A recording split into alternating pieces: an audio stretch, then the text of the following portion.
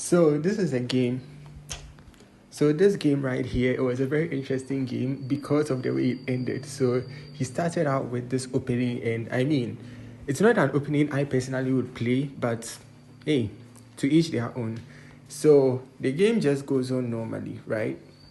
And then I come out with this move. And honestly, under normal circumstances, I don't really make moves like this, right? But due to the way he had positioned himself, I figured, you know what, this would be a good move. So I did that, and then he blocked it with his with his knight. And then I put more pressure with my queen. I mean, obviously, this whole setup here is not really going to lead to anything, but I'm just testing out the waters to see what he does. Then he brings his second knight out to protect that knight, and I take his knight, he takes my bishop, and then I start applying more pressure. So I move my knight. He moves his bishop, preparing to castle to get out of the fire. I move my knight. So the plan was I was going to move my knight to a2, right? And then he will not be able to take it because my queen is guarding the knight, right? Then from there, I'll move the knight to c3, right? And then I'll basically be threatening his queen, and he'll have full direct access to my queen. So if he takes my queen, I take his queen, and then he gets my knight. Which, I mean, when you think about it, that was not a good plan at all. So I wonder why I even did that in the first place. But he prevents me from doing that, fortunately for me, by moving his pawn, right? So I retreat, and I figured he was actually going to move his pawn down to b4 and put pressure on my queen, but he decided to attack my knight instead. And I mean, not a problem for me. I just moved my knight there. And I'm threatening his queen, right? So obviously he has to take. He takes with the bishop, and then I take his bishop, right? And then he castles, finally getting out of the fire. And then I also castle, because just playing it safe. Then he moves his he moves his rook, threatening my queen, right? And then I move my queen just right there. Like, I don't want to take my queen away. I'm keeping my queen there. And then he decides to move his pawn, because obviously I was threatening his pawn, right? And I was like, okay, no problem. I move my pawn up, because definitely his rook was threatening my pawn. Then he decides to move his knight to threaten my queen. And I'm like, okay, you know what? Let me retreat. And I retreat there. Then next, he moves his pawn. Honestly, I didn't know what he was trying to achieve by moving his pawn there, because what I was going to do was I was going to move my pawn, my b7 pawn to b5, and threaten his bishop. And his knight. So when he did, I thought he was trying to prevent that. So I didn't pay much attention to it. So I just moved my bishop there, right? Then he does this move, and I'm like, oh, okay, so that's what he was going for. Because in this situation, I cannot take his knight, because he'll just use the pawn to take my queen, right? His knight is guarded.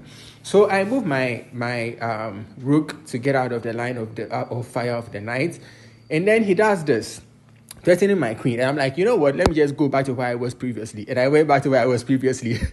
The plan was actually to take the pawn, but I didn't see that the queen was actually guarding the pawn, right? So it wasn't really a good move, but it ended up going in my favor. So from here, he takes my bishop, and then I take his knight, right? Then he moves his bishop there. I don't really see what the point of that was. I guess he wanted to put pressure on this pawn, the pawn on c6, right?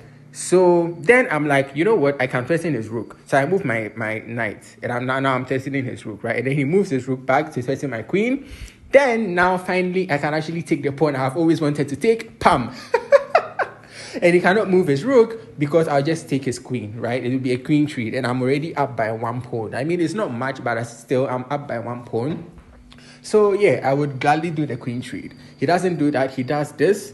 He moves the bishop down, and then I decide to trade my queen. So again, I have taken an extra pawn. Now I'm 2 points up. So if he goes for the queen trade, I will be 2 points up, right? And then my knight will also be right beside his two rooks and his king, which won't be good for him.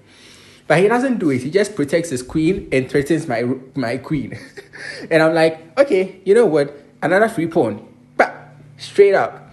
Then he decides to threaten my queen again, and I just go down by 1. Now I'm threatening his bishop, but his bishop is guarded by his queen, right? And I did see that. So I was just mainly getting out of the line of fire of his rook, but also putting pressure on the bishop. So in case he ends up moving his queen, I can just take the bishop, right?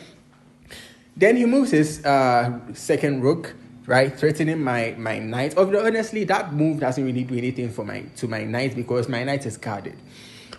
So but still, I just decided, you know what, let me move the knight. So I moved the knight down here. So I was expecting him to take my knight, I take his bishop, right? But he didn't do that. He moved back. And I'm like, okay, well, there's another free pawn there. So let me just take that free pawn. Then he decides, okay, well, I'm going to go down with my rook. And I'm like, if I were you, I wouldn't have done that. Because I just used my knight and I have created a fork, right? And if he moves his rook, I take his bishop, and I mean he could definitely take recapture with his queen, right? What I saw within the moment was he would capture with his pawn, and then he would open up his king for me to attack, right? So yeah, I didn't see that clearly in that moment. But yeah, I did this, and for some strange reason, he didn't move his rook.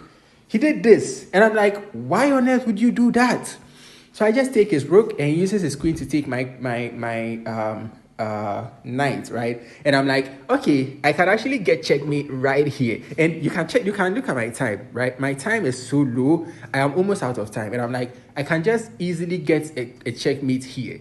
And so I start preparing for the checkmate. First, I need to get his queen out of that aisle, right?